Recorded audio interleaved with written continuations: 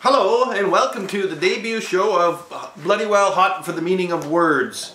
And today's word is blasphemy. And we'll look up to see what it means in the Made for Christians Webster's New Dictionary. And the word blaspheme means to speak impiously of God. Verb intransitive, to utter blasphemy. Blasphemer, blasphemous, profane and pious.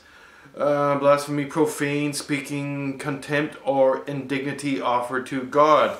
Well, that's a bit of a problem because we don't really know if there is a God.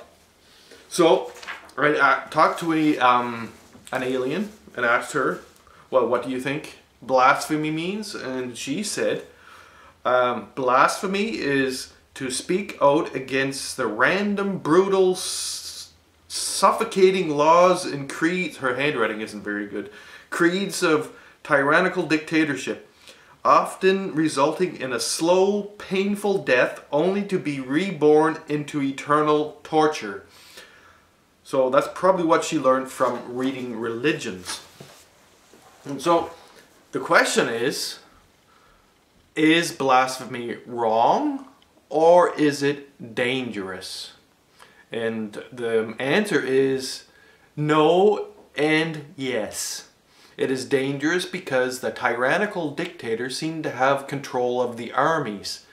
And the armies, of course, get to be fed while the rest of us get to starve. Now, this isn't true in the Western world, but it is true in a lot of the world where a lot of people are told to suffer in silence, or they will be brutally murdered and left to rot and then go to hell. So the question that I will leave you with is this a good thing? And maybe we should, in the Western world where we have the freedom to speak blasphemy openly, like say Moses was a prick, he was a lying bastard, well, he was probably a fairy tale figure. I mean, we can say that in the Western world, but can we say that in 100 years? If we say it now, perhaps we can. So remember, if you have the ability and the wherewithal to utter blasphemy, do it.